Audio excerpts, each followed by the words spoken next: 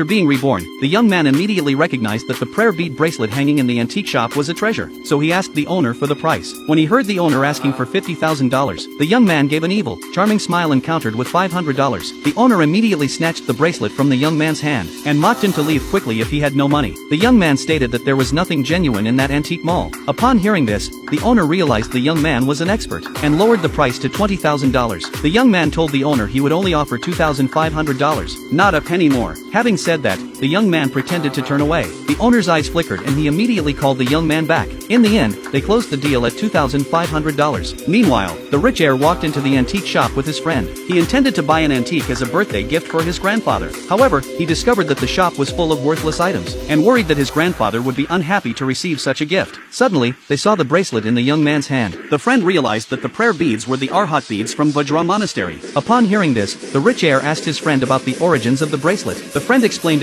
that back in the day, a monk carved a set of rosary beads from a 100-year-old sandalwood tree in honor of the 18 Luohan. After the monk passed away, the beads were stolen by thieves and their whereabouts remained unknown. They never expected to see them here today. The rich heir thought the beads would be a fitting longevity gift, so he asked the young man to resell the beads to him. When the young man heard the rich heir's name, he recalled that in his previous life this heir had been framed by his actress, and was eventually kicked out of the house by his father, and ultimately had been badly betrayed by his father. At this moment, the rich heir offered $300,000 to buy the beads. To get in good with this wealthy man, the young man readily agreed. Then the rich heir invited the young man to his company to pick up the money. After the assistant brought out $300,000 in cash, the young man asked the heir if his company employed many beautiful actresses. When the rich heir said yes, the young man told the heir that temptation often hides traps on the other side. The rich heir don't understand what it means. The young man said he noticed the heir's Taiyang acupoint was dark, fearing he would fall into a peach blossom calamity. The rich heir thought the young man was talking nonsense. The young man did not explain further, but took the money and left. That night, the rich heir was on a date with a beautiful actress, when he suddenly remembered the young man's warning from the afternoon. While the actress was taking a shower, he started searching the hotel room, and indeed found a hidden camera in the corner. If the young man hadn't warned him to be careful of the company's actress, he might have already been ruined and kicked out of the house by his father. To thank the young man, the rich heir wanted to buy a villa and give it to him. To his surprise, the young man didn't like villas, but instead wanted to buy a house in the slums, because, relying on memories of his previous life, he knew that the property in this area would quintuple in value after 3 days. Although the rich heir didn't believe the price would rise, but considering that the young man's instincts are very accurate, he not only helped the young man pay the deposit on one house, but also bought 2 more for himself as investments. Then the rich heir took the young man to a 5-star restaurant for dinner. As soon as they entered the hotel, the young man recalled that in his previous life, he had spent a fortune acquiring this hotel and made it the #1 in the world. But now, tasting the restaurant's dishes, he found them mediocre.